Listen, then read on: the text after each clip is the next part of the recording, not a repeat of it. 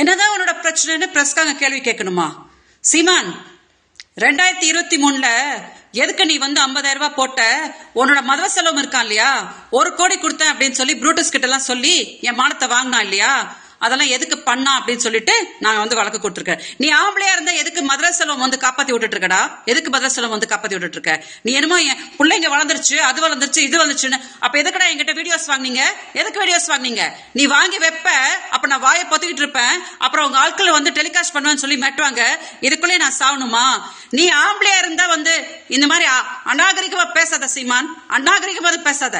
2008ல இருந்து வெறும் 6 மாசம் தான் பழகினா. அப்ப எதுக்கு 2011ல நான் கம்ப்ளைண்ட் கொடுப்பேன்? 2011ல நீங்க எல்லாம் கொடுத்த டார்ச்சருக்கு தான் நான் போட்ட துணியோட கம்ப்ளைண்ட் கொடுத்த கமிஷன் ஆபீஸ்ல. இந்த அசிங்கமா பேசுற வேலை எல்லாம் வச்சுக்காதே. நீ பேசுறனா உன்னை விட கேவலமா பேசுறதுக்கு எனக்கு தெரியும். சும்மா டிராமா போடாத, டிராமா போடாத. நேத்து வரைக்கும் நீ என்ன சொல்லிட்டு இருந்த? விஜயலட்சுமினா யாருன்னே தெரியாத அவங்க திமுக கூட்டிட்டு வந்தாங்க தானே சொன்னேன். நேத்து தானே சொல்ற, ஆமா நான் 50,000 ரூபாய் கொடுத்தா அப்படின்னு சொல்லிட்டு. எதுக்கு மதுரை செல்வம் எங்கிட்ட வீடியோஸ் வாங்கிட்டு இருந்தான்? எதுக்கு நீ எங்க அக்காவுக்கு வாழ்த்துக்கள் அமிச்ச?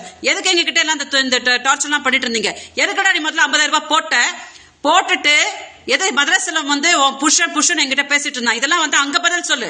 முதல்ல நீ ஒண்ணுமே போடாம உட்காந்து பொண்டாட்டின்னு பம்பனிய, அதுக்கு என்ன பதில் சொல்றா? அதை விட்டுட்டு உட்காந்து மீடியா முன்னாடி சீன் போட்டுட்டு இருக்காத. கேவல பிடிச்ச பொம்பளையா. ஒன்னே மாதிரி ஒரு துப்புக்கட்ட நாய் கூட வாழ்ந்த பாரு. நான் தாண்டா, எனக்கு தாண்டா கேவலம். ஒன்னே பேச வேணும், பெரிய ஆள் மாதிரி பேசாத.